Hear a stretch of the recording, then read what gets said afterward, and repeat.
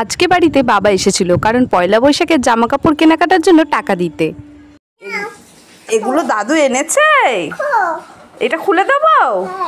আর একটা কি এনেছে ওইটা দেখাও, ওইটা তোলো। এখানে বাবার সাথে বাবু একটু খেলা করছিল, আর আমিও দেরি না করে রান্না চাপিয়ে দিলাম। আজকে বেশি কিছু রান্না করিনি, লোটে মাছ রান্না করেছি। বাবা বলেছিল আগে থেকে খাবে, সেই জন্য। আর তার সাথে ছিল কচুরলতি। কচুরলতি খেতে আমার ভীষণ ভালো লাগে। বাঙাল বাড়িতে বিয়ে করে আসার পর থেকে আমার এটা ফেভারিট হয়ে গেছে।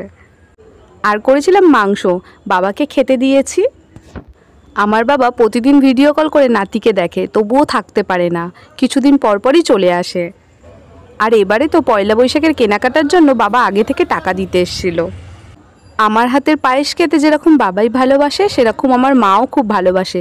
সেই জন্য বাবা এসেছে বলে আমি 2 কিলো দুধের পায়েস করেছিলাম, তাই জন্য বাবাকে ভরে দিলাম টিফিন কালিতে।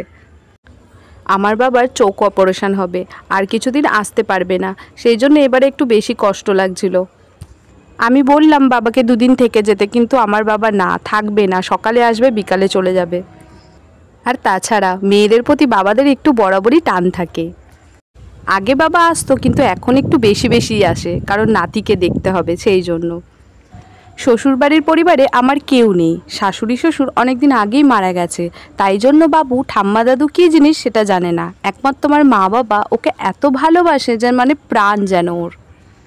চলো আজকের ভিডিওটা এই পর্যন্তই, দেখা হবে তোমাদের সঙ্গে পরের ভিডিওতে। ততক্ষণ ভালো থেকো, সুস্থ থেকো, চলো টাটা।